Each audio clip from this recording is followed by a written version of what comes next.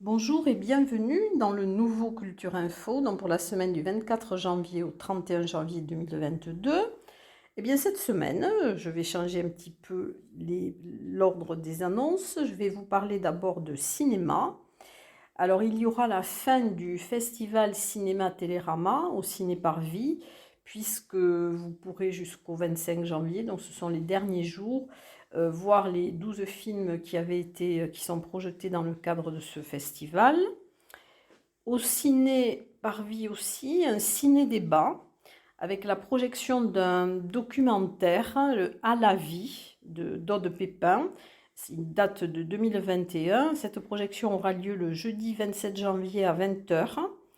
C'est une soirée qui sera animée par les membres du Conseil de l'Ordre des Sages-Femmes des Hautes-Pyrénées. On ne naît pas mère, on le devient.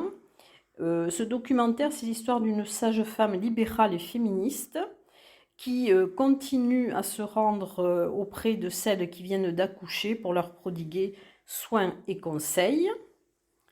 Toujours au Ciné-Parvis, le dimanche 30 janvier à 14h, il y aura la projection du film Cérémonie secrète de Joseph Losey, donc c'est dans le cadre de son cycle. C'est un film qui date de 1969. Dans la distribution, Elisabeth Tessier, Mia Farrow, Robert Mitchum. Il sera présenté par Christophe Blanchard, qui est intervenant cinéma à l'UTL. Dans le cycle de Cap Monde, projection du film de Daniel Drillon, La route Napoléon, au CAC de Séméac, et ça sera le mercredi 26 janvier à 20h30. Et dans quelques secondes, je vais vous parler d'un autre festival et de conteurs.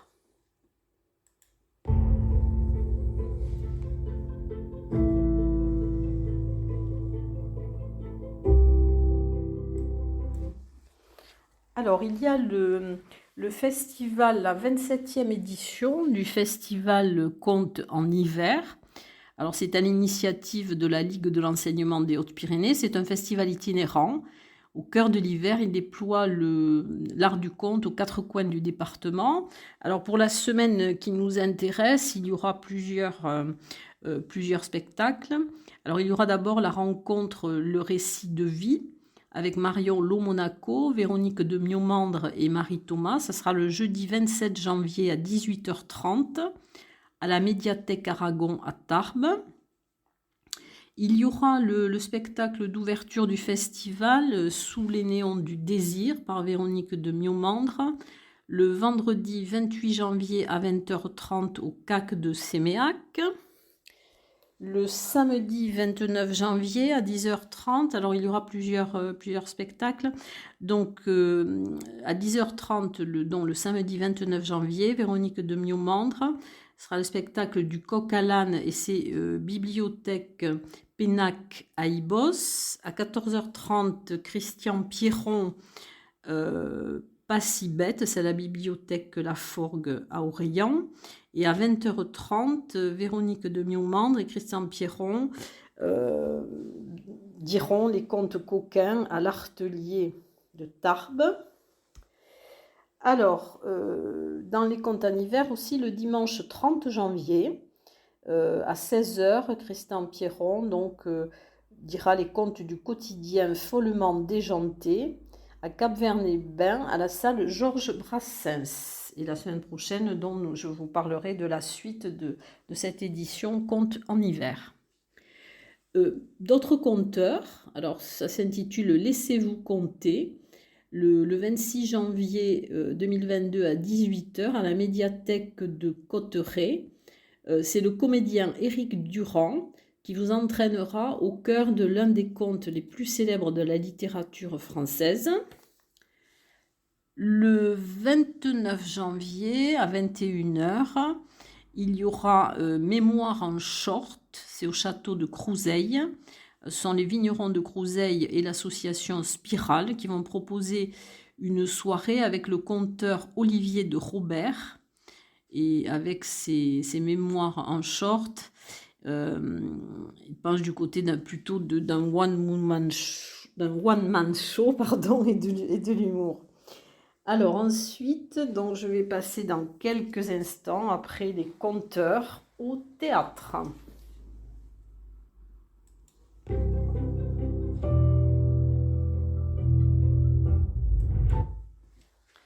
Alors le théâtre, il va y avoir aussi plusieurs choses. Donc au Parvis, La Mouette d'Anton Tchekhov, donc ça sera le mercredi 26 janvier à 20h30, le jeudi 27 janvier à 19h. Cyril Teste propose une libre adaptation de la pièce la plus personnelle et la plus autobiographique de Tchekhov. Au Théâtre des Nouveautés, alors le vendredi 28 janvier à 20h30, il y aura Le titre est provisoire. C'est une comédie inconfortable, humaine et sentimentale. Et c'est une pièce qui a été écrite par Christophe Corsan, qui a une mise en scène. La mise en scène est de Jean-Philippe Azéma. Et dans la pièce, donc, jouent Olivier Daran, Élie Rapp et Christophe Corsan. Et j'aurai l'occasion de recevoir pour une interview Christophe Corsan. Le samedi 29 janvier à 20h30, alors au Petit Théâtre Maurice Sarrazin, à la MDA du Quai de la Dour, la compagnie Le Théâtre du Matin va présenter Les Diablogues de Roland Dubillard, dont la mise en scène est assurée par Mercedes Tormont. Et vous pourrez écouter Mercedes Tormont dans l'interview qu'elle a donnée pour Culture Passion et sur les Diablogues et sur le Théâtre du Matin. Et donc cette interview va être mise en ligne. Voilà, donc je vous conseille peut-être avant d'aller voir les Diablogues d'écouter l'interview de Mercedes Tormont. En théâtre toujours, alors toujours au Petit Théâtre Maurice Sarrazin, à la MDA du Quai de la Dour, le 30 janvier à 15h, il y aura un spectacle qui s'intitule « Attention, sac poubelle égaré ». Alors, c'est la troupe Attire le rideau qui présente cette pièce de Vivien Léraud et la mise en scène est de Patrick Laude. Dans le cadre des coulisses du Paris et pour la résidence de Pagnol à la lettre et de la compagnie Il est une fois, cette pièce, donc Pagnol à la lettre, qui est écrite et mise en scène par Richard Gage et qui sera jouée par Richard Gage et Bernard Montfort, vous pourrez en découvrir donc la répétition publique le 29 janvier à 14h au Paris. Et il y aura aussi ça sera suivi d'une interview par Éric Bentard. Alors pour le théâtre, donc c'est terminé. Je vais passer dans quelques secondes aux expositions.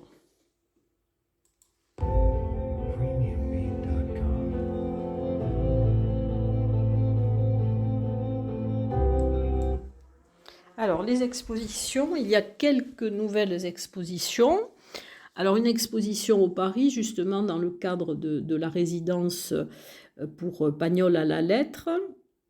C'est Élora Montfort, donc la fille de Bernard Montfort, qui va exposer du 26 janvier au 13 février. Donc c'est Balade en Provence, c'est une invitation au voyage sur les traces de Marcel Pagnol. C'est une visite colorée et parfumée des lieux emblématiques de son univers, Lavande, Village oublié, Garrigou-d'Orante. Et c'est ce qui est d'un petit port illuminé de soleil. Donc elle sera visible du mardi au samedi de 14h à 18h. Donc c'est au Paris et c'est du 26 janvier au 13 février. Donc c'est une exposition d'Élora Montfort. Une autre exposition, une nouvelle exposition aussi à l'agence TLP Mobilité, place de Verdun, à Tarbes.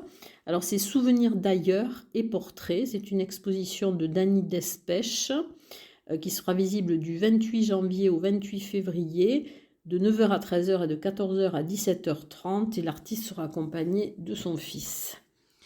À Omnibus, au laboratoire Omnibus, donc Omnibus va débuter l'année 2022 en présentant une exposition collective qui va réunir les derniers diplômés de l'École supérieure d'art et de design de Tarbes. Cette exposition s'intitule Tout terrain. C'est pour inaugurer une année qui va être consacrée à la nature et aux différentes formes du vivant. Alors l'exposition sera du 28 janvier au 19 février, du mercredi au samedi, de 15 h à 19 h. Alors ensuite, les anciennes expositions. Donc à l'Artelier, il y a toujours l'exposition d'Aurélie Lacroix, qui est graphiste de métier, c'est jusqu'au 30 janvier. Ensuite, à la galerie Paul Bert, service culturel de Lannemezan, jusqu'au 31 janvier, donc il y a l'exposition de peinture à l'huile et de marionnettes.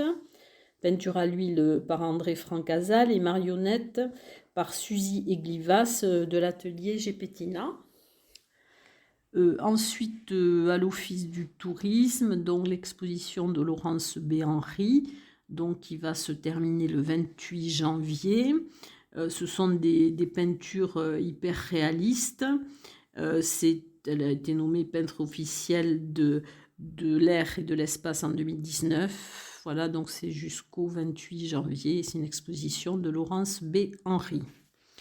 Dans le cadre des rencontres avec les collections à Lourdes, au Château Fort et au Musée Pyrénéen, donc jusqu'au 31 janvier, donc vous pourrez aller à la rencontre de l'œuvre Une cordée de Charles Jouas, dessin original de ce dessinateur et peintre de la fin du 19e et du début du 20e siècle. Une cordée, image d'une ascension réalisée vers 1922. Ensuite, au musée Massé, donc jusqu'au 6 mars, l'exposition Un certain regard, portrait contemporain. Donc, cette exposition a été réalisée à partir des collections d'art moderne et contemporain du musée des abattoirs. Et ils appartiennent au Fonds régional de l'art contemporain d'Occitanie. Donc, c'est jusqu'au 6 mars. Ensuite, alors une exposition à Esquies-Serres, donc à l'espace contemporain Hung Art, dont l'exposition de Guillaume Cabantous jusqu'au 12 mars. Et l'exposition Bêtes curieuses à l'abbaye de l'Escaladieu, donc qui est encore exposée. Alors ensuite, dans quelques secondes, je vais terminer, une fois n'est pas coutume, avec les concerts.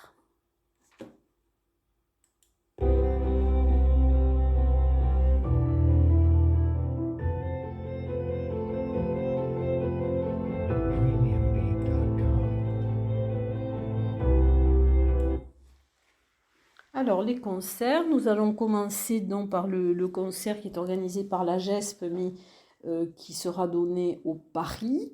Donc c'est Fleurs de Zinc, c'est le 25 janvier à 20h30. C'est une rencontre spontanée entre Ludo et Béop.